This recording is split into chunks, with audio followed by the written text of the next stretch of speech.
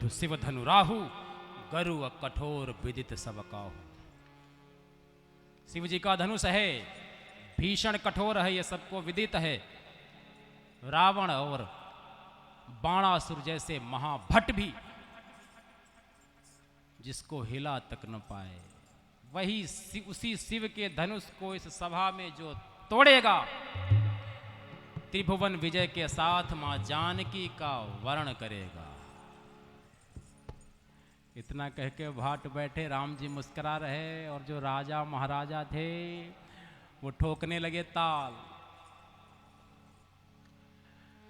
अब उठे कौन पहले, सब एक दूसरे की ओर ताक रहे, सोच रहे हैं शिव जी का धनुष है, पहले उठे न टूटा तो बदनामी।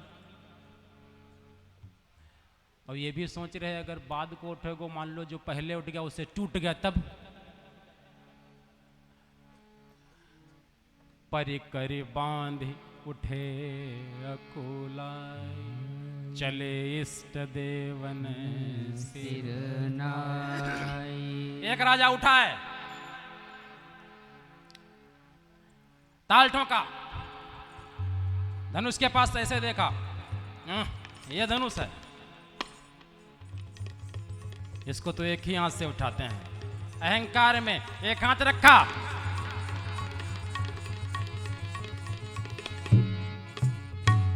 धनुष छूट गया, वो पीछे गिरा। उसने कहा अति आत्मविश्वास का परिणाम, एक हाथ से नहीं दोनों हाथ से। इष्टदेव को प्रणाम कर रहा, मन में कह रहा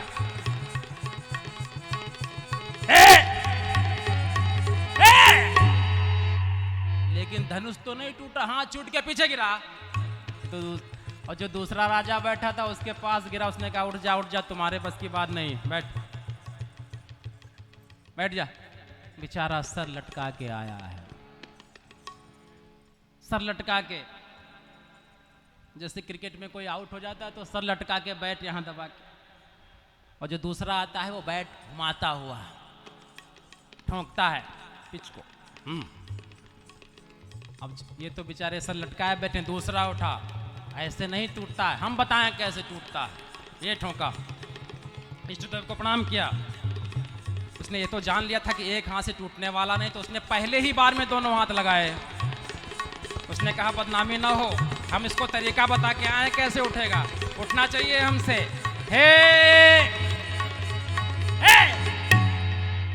वो उसके पास गिरा जो पहले नहीं उठा पाया था। उसने कहा हाँ ऐसे उठाया जाता है, सही बताया।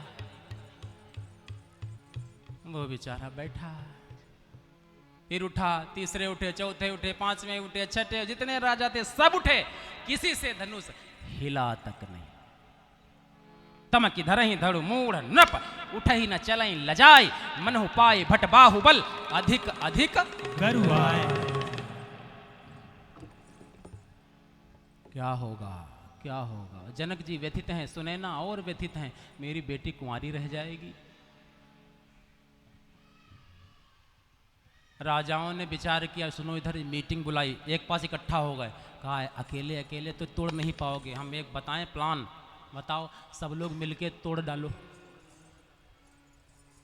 सब लोग मिलके तोड़ डालें, विवाह किससे होगा? अरे पहले तोड़ तो डालो, एक बाधा पार करो पहले, जब टूट जाएगा फिर हम आपस में लड़ेंगे, जो जिंदा बचेगा उसके साथ विवाह।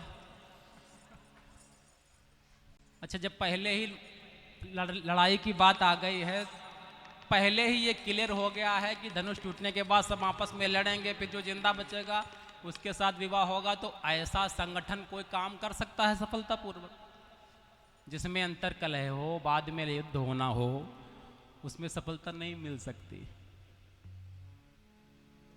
अरे कहा करो, कुछ प्रयास तो करो।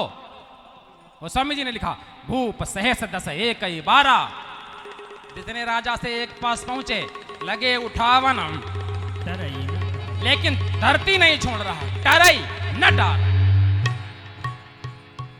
जनक जी ने कहा बस बहुत वीरता हो गई, डगई न शंभु सरासन कैसे, कामी वचन सती मन जैसे।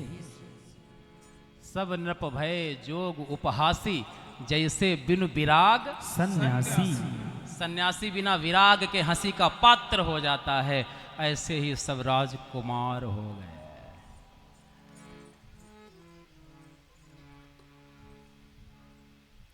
तजहुआस निज निज गृह जाहू। जनक जी थोड़े क्रोधित हो खड़े होकर बोल पड़े, अब कोई ये नहीं कहेगा कि मैं वीर हूं, क्योंकि जितने वीर थे केवल धरती के नहीं, देवता गंधर्व यक्ष सब इस सभा में उपस्थित हैं। अब जनिको माखे भटमानी, वीर विहीन मही मैं जान। तजहुआस निज निज गृह जाहू, लिखा न विधि वैदेही विवाह। लेकिन राजा और राजकुमार तब भी बैठे हैं, इतने निर्लज्ज। अच्छा, आप किसी के घर जाएं और आपसे कोई कहे अच्छा उठिए अपने अपने घर जाइए, फिर भी आप बैठे रहें तो कितने समझदार हैं। राजा ने कहा उठते क्यों नहीं हो जब जनक जी कह रहे हैं जाओ। कहा बैठे रहो, पागल हो, तोड़ तो कोई पाया नहीं है, अब कोई दूसरी विधि स्वयंवर की होगी, घर चले जाओगे तो वंचित रह जाओ।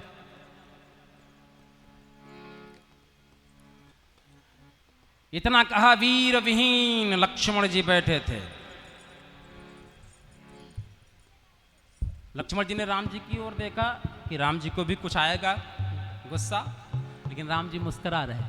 जनक जी ने कहा वीर विहीन, राम जी मुस्कुरा रहे। लक्ष्मण जी ने कहा यह ठीक नहीं है, अपने सम्मान की रक्षा करना चाहिए। माखे लखन कुटिल भई भौं टेढ़ी हो गई, रदपट ओंठ फड़फड़ाने लगे, नेत्र भयंकर लाल हो गए। कही न सकत रघुवीर डर लगे बचन नाय राम पद कमल सिरु बोले गिरा। हे जनक जी, रघुवंशियों में से कोई एक बैठा हो, उस सभा में भी ऐसी बात नहीं कहता। यहाँ तो स्वयं रघुकुल शिरोमणि राम बैठे हैं। लक्ष्मण जी थोड़े आवेश में सीधे बोल पड़े, जनक जी कही जनक जस वंचित बानी, कही जनक जस वंचित बानी, विद्यमान रघुकुल मन जाने, विद्यमान रघुकुल मन जाने। अब सुनहु भान कुल पंकज भानो, सुनहु भान कुल पंकज भानो। कहो स्वभाव न कछु अभिमानो, कहो स्वभाव न कछु अभिमानो। जाऊ तुम्हारे अनुशासन पावऊं, जाऊ तुम्हारे अनुशासन पावऊं। कंदु कैव ब्रह्मांड उठावऊं, कंदु कैव ब्रह्मांड उठावऊं। काचे घट जिम डारो खोरे, काचे घट जिम डारो खोरे। सकौ मेरु मूलक जिम तोर, सकौ मेरु मूलक जिम तोर। तव प्रताप महिमा बलवाना, तव प्रताप महिमा बलवाना। गो बापुरो पिनाक पुराना, गो बापुरो पिनाक पुराना। नाथ जानियस आयस हो, नाथ जानियस आयस हो। अब कौतुक करो बिलोकियसो, कौतुक करो बिलोकियसो। कमल नाल जिम चाप चढ़ावो, कमल नाल जिम चाप चढ़ावो। जो जन सत प्रमाण लय धावो, जो जन सत प्रमाण लय धावो। जो जन सत प्रमाण लय धावो, जो जन सत प्रमाण लय धावो। जो जन सत प्रमाण लय धावो, जो जन सत प्रमाण लय धावो। ए जनक जी सावधान, अधिक नहीं। हे राम जी, यदि आपका अनुशासन मिले तो ये धनुष किस गिनती में आता है? इस ब्रह्मांड को कच्चे घड़े की तरह उठाऊं, फोड़ डालूं, सुमेरु पर्वत को मौली की तरह नोच डालूं। आपकी अनुमति मिले तो इस धनुष को कमल की डंडी की तरह उठाकर 100 योजन तक दौड़ता चला। इतना सुना है तो जो राजा बैठे थे वो कांपने लगे। लखन सकोप बचन जे बोले, डगमगानी मही दिग्गज डोले डोले। सब डर गए, ये तो बच्चे लग रहे थे, ये तो छोटा बोल रहा है, बड़ा क्या करेगा? लक्ष्मण जी ने कहा प्रभु आपका अनुशासन मिले तो कमल की डंडी की भांति इसको उठाकर 100 योजन तक दौड़ता चला जाऊं। राम जी ने सोचा अगर अत्यधिक आवेश में कहीं उठा ही लिया तो क्या होगा। भैया भैया भैया रुको, आवेश में समझ में नहीं आता। मेरे राम जी ने सय नहीं रघुपति लखन निवारे प्रेम समेत निकट बैठारे शयन ही रघुपति लखनो निवारे प्रेम समेत निकट बैठारे विश्वामित्र समय शुभ जाने बोले अति स्नेहमय बानी उठहु राम भंजहु भव चापा। अब समय आ गया है, उठिए।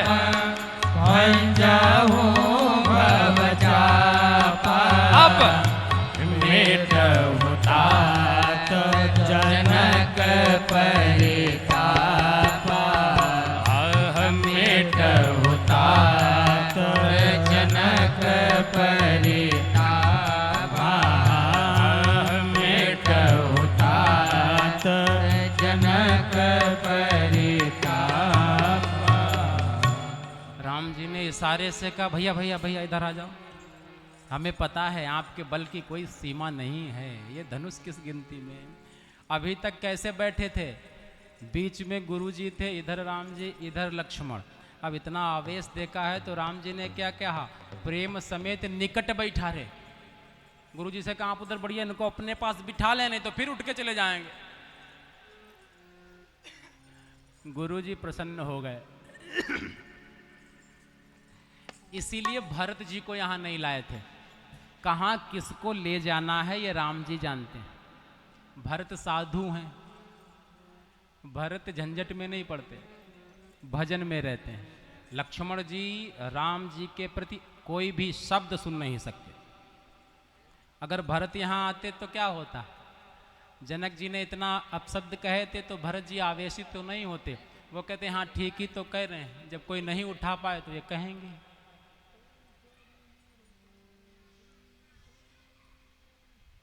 विश्वामित्र जी ने कहा राम जी उठिए, अब समय आया है, जनक के कष्ट को हरिए।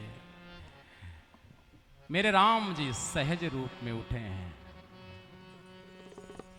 आहा, सुनि गुरु वचन चरण सिरुनावा, हरसु विषाद न कछुरावा। सफलता के सूत्र दो हैं, आपके मन में हर्ष और विषाद नहीं होना चाहिए। राम जी को ये हर्ष नहीं है कि हम धनुष तोड़ देंगे तो जानकी से विवाह हो जाएगा, और ये विषाद भी नहीं है कि ना टूटा तो क्या होगा। हर्ष और विषाद से रहित जो व्यक्ति होता है सफलता प्राप्त करता है।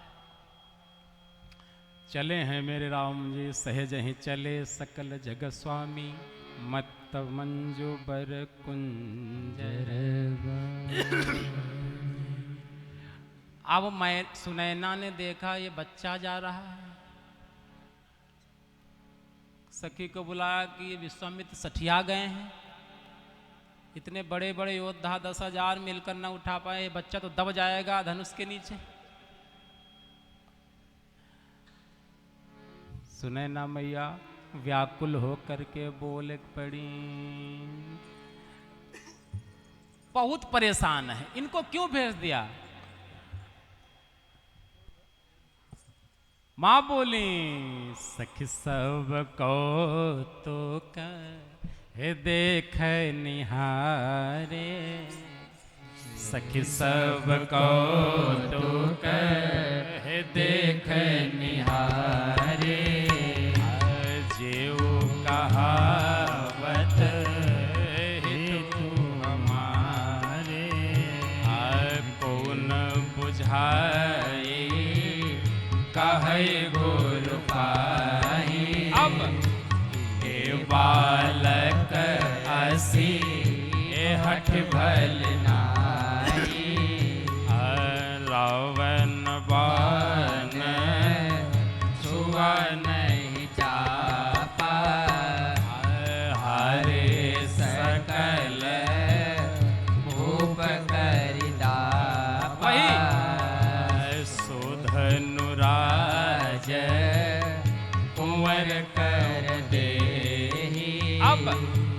बाल मराल के मंदर ले। ए सखी, कोई क्यों नहीं इनको समझा रहा है? क्या छोटे से हंस भी मंदराचल पर्वत को उठा सकते हैं?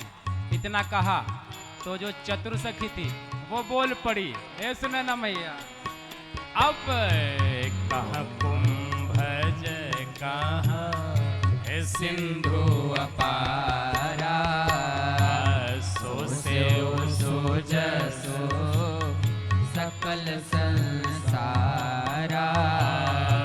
बोली चतुर सखी मृदुबानी, तेजवंत लघु गणिय नरानी। रवि मंडल दे अचल भुलागा, उदयता सुति भुवन तम भागा। काम कुसुम धनो सायकली ने, सकल भुवन अपने बस कीने। सखी ने समझाया है जो तेजवंत होता है वो छोटा नहीं होता है। कुंभज समुद्र को पी गए। सूर्य देखने में छोटा लगता है लेकिन उदय होते हुए तीनों लोकों के अंधकार को नष्ट कर लेता है। मंत्र बहुत छोटा होता है लेकिन उस मंत्र के वश में ब्रह्मा विष्णु महेश सभी होते हैं। इतना कहा है तो सुनैना मैया को भरोसा हुआ है, लेकिन मेरी जानकी मैया व्याकुल हो गई कि ये वही हैं जो पुष्प तोड़ रहे थे, तो पुष्प तोड़ने में पसीना आ रहा था, ये इतने कठोर धनुष को कैसे उठाएंगे। अब माँ विनती करने लगी, गणनायक बर हिदायक देवा, आजो लगे कि तो वसेवा। पार बिन इति सुन मोरी, अब करहु चाप गुरु तात धोरी। कहाँ धनुकूली सहो चाहे कठोरा, कहाँ श्यामल मृदु तात किशोरा। सकल सभा के मति भय भोरी, अब मोहि शंभु चाप गति तोरी।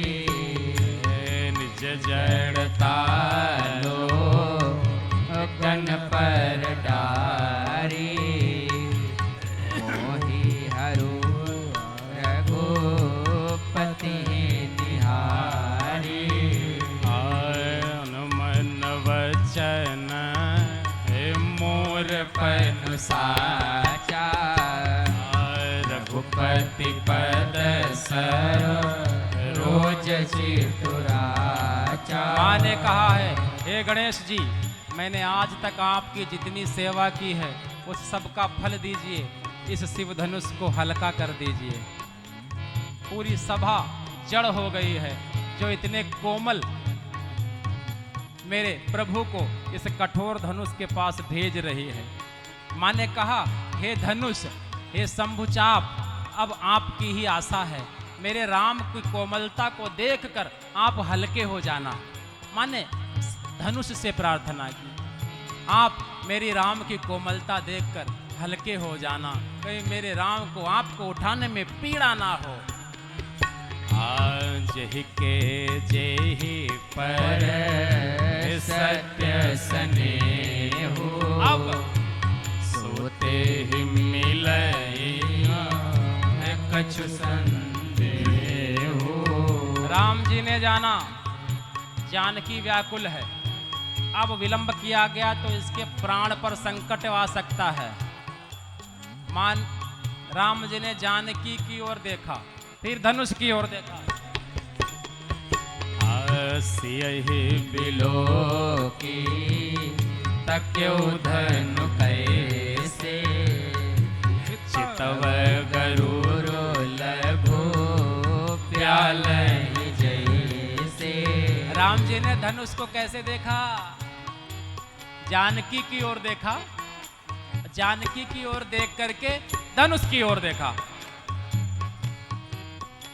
आगे आगे जब विवाह में लक्ष्मण जी कहते हैं मेरे राम जी इतने वीर थे, उस धनुष को कोई नहीं उठा पाया था, राम जी ने उठा लिया था। तो एक सखी याद दिलाती है इसी पंक्ति की, कहती है तुम्हारे राम जी ने अपने बल से धनुष नहीं तोड़ा था। कैसे? सियहि बिलो की तक्यो धनु कैसे चितव गरुड़ लघु प्यालहि जैसे।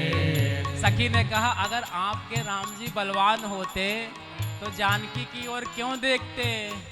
जानकी की ओर देखा, उनके अंदर शक्ति आ गई और उस शक्ति से उस धनुष को ऐसे देखा जैसे गरुड़ छोटे सर्प को देखता है। इसीलिए राम जी ने अपनी शक्ति से नहीं, हमारी जानकी की शक्ति से धनुष को तोड़ा है।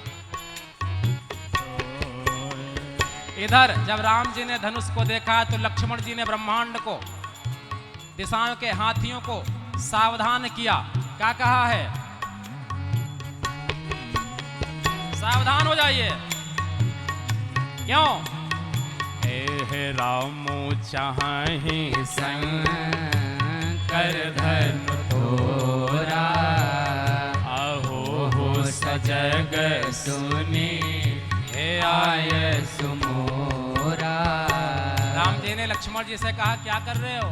कहा प्रभु आप धनुष तोड़ेंगे तो उससे ब्रह्मांड में हलचल आएगी, इसीलिए मैंने अपने चरणों के नीचे ब्रह्मांड को दबा लिया है। अब आप निश्चिंत होकर धनुष तोड़िए।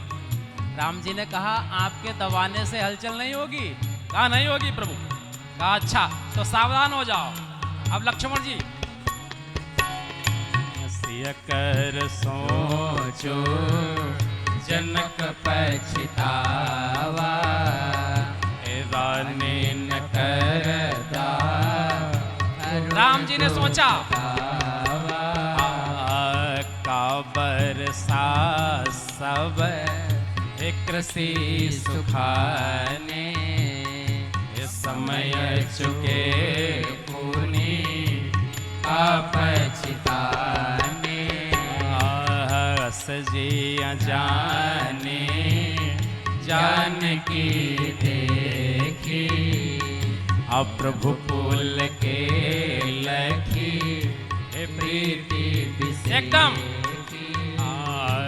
गुरहि प्रणाम मन ही मन कीना गुरहि प्रणाम मन ही मन कीना। तिला घव थाई धनु लेना तिला घव उठाई धनु लीला तिला घव उठाई धनु लीला ताई धनु लीला उठाई धनु लीला। राम जी ने जाना अब जानकी जी विलंब ठीक नहीं, गुरु को मन ही मन में प्रणाम किया। धनुष को उठाया। जब धनुष को उठाया, धनुष को उठाते प्रत्यंचा चढ़ाते तोड़ते किसी ने नहीं देखा। गोस्वामी जी ने लिखा ए जीता मैं के उदामिन जे में जब लाया हो लेकर चढ़ावत गई जत गाड़े काहू न लखा देख सब गाड़े तेई छन राम माध्य धन तोरा भरे भुवन धुनि गोर कटोरा तेई छन राम माध्य धन तोरा भरे भुवन धुनि गोर कटोरा भरे भुवन धुनि गोर कटोरा भरे भुवन धुनि गोर कटोरा। धनुष को उठाते, धनुष को राम जी ने उठाया मंडलाकार हो गया।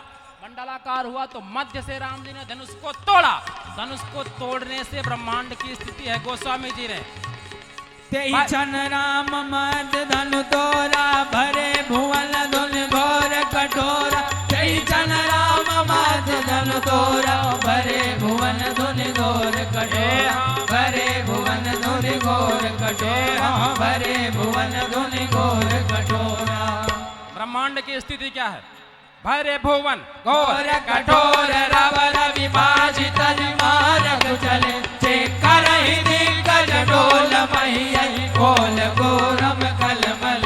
सुर असुर मुनि कर कान दीन, सकल विकल विचारहि। ओ दंड खंड राम तुलसी, जयति वचन उचारहि। हाँ जयति वचन उचारहि, हाँ जयति वचन उचारहि। इतना भीषण आवाज आई कि सूर्य के घोड़े इधर से उधर हो गए, दिशाओं के हाथी चिंगाड़ने लगे। देवता दैत्य मुनि सब अपने हाथ पे कान रखने लगे, ये कान फटे जा रहे हैं, इतनी भीषण आवाज। क्या हो गया? ब्रह्मांड में हलचल कैसी? किसी ने पूछा राम जी ने मध्य से ही धनुष को क्यों तोड़ा? किसी संत ने कहा धनुष के किनारे का भाग कठोर नहीं होता है, मध्य का भाग कठोर होता है, इसलिए ते ही छन राम मध्य धन तोरा, भरे भुवन धुन घोर कठोरा। जय छन राम मध्य धन तोरा, भरे भुवन धुन घोर कहा। भरे भुवन धुन घोर कहा, भरे भुवन धुन घोर कठोरा। न स्वर्ग में तोड़ा, न पाताल में तोड़ा, धरती मध्य में तोड़ा, इसलिए ते ही छन राम मध्य धन तोरा, भरे भुवन धुन घोर कठोरा। जय छन राम मध्य धन तोरा, भरे भुवन धुन घोर कठोरा। भरे भुवन धुन घोर कठोरा, भरे भुवन धुन घोर कठोरा।